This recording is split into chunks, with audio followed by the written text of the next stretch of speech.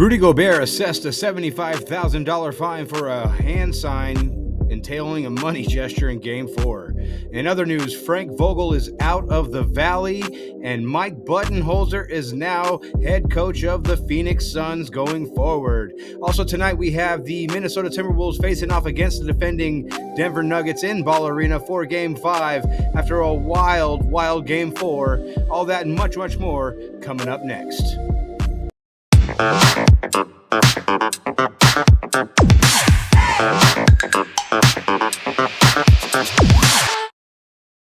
What's up, everybody? It's your boy DJ KJ. I'd like to welcome you guys to my second installment of my newest segment, 94 and the Score.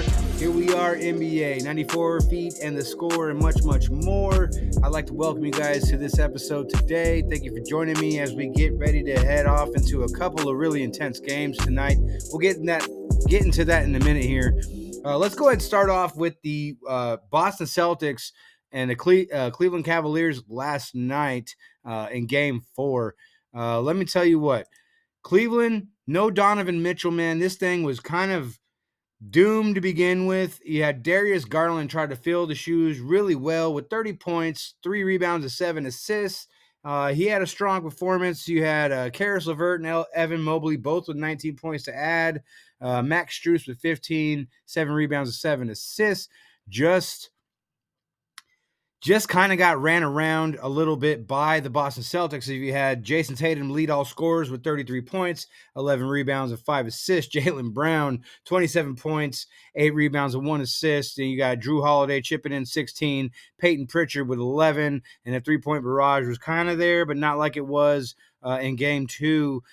So Boston takes the victory 109-102 in this one right here. We'll have the next game tomorrow night, I believe, Game 5, as it goes 3-1 Boston right now. Let's go ahead and talk about the young Oklahoma City Thunder and just how dominant they have been in the clutch, man, for a young group of guys that just haven't had that much experience. Like I said in my last video, man, they play like seasoned vets. Jalen Williams with 14, Lugens Dort with 17, Chet Holmgren with 18, SGA 34 points, 8 rebounds, and 5 assists. Not to put off the performance by Luka Doncic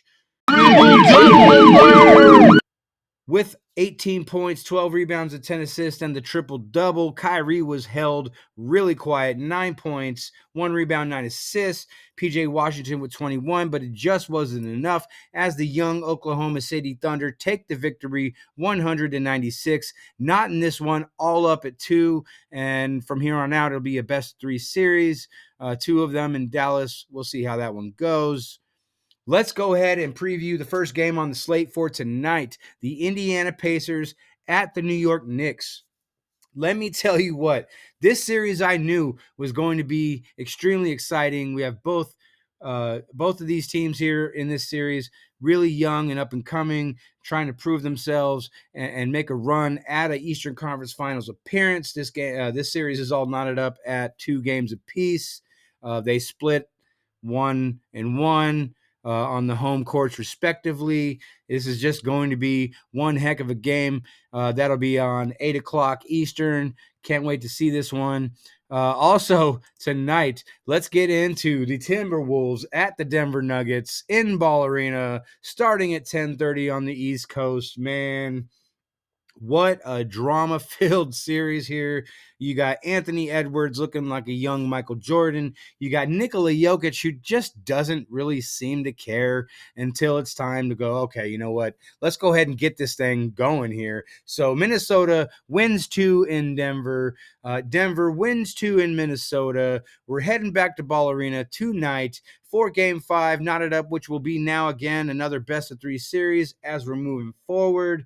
This is going to be interesting. I can't wait to watch this game tonight. I hope you guys do. Let me know in the comments what you think. If you didn't catch my poll, the poll that I made about my mistake of calling a sweep after Minnesota took the first 2 games, go check it out. It's in the community page on my YouTube channel. Go look at that and cast your vote. Let me know what you think, especially after Denver knots this thing up.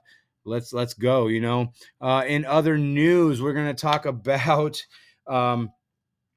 Mike Conley is questionable for the pivotal Game 5, and Rudy Gobert's $75,000 fine for making the money sign gesture towards the refs. It's not the first time he's done it. I do believe this is the first time they fined him. It's a little excessive in my opinion, but hey, man, you can't blame the guy for kind of calling out what we're all thinking, that these refs have been paid, potentially, allegedly, who knows. Just questionable refereeing all year during the regular season, and especially going into the playoffs here, it's just been even worse.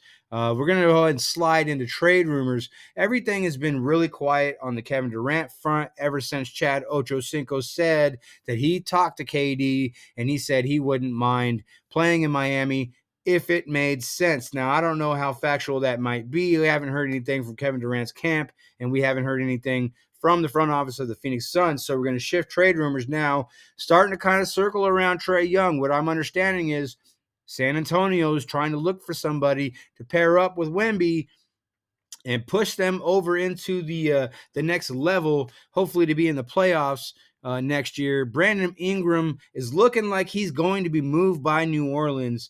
I thinking that they want to really get somebody around Trey Murphy, somebody a little bit higher tier player, and I think it might bring out the best in all these young guys. Herb Jones, Trey Murphy.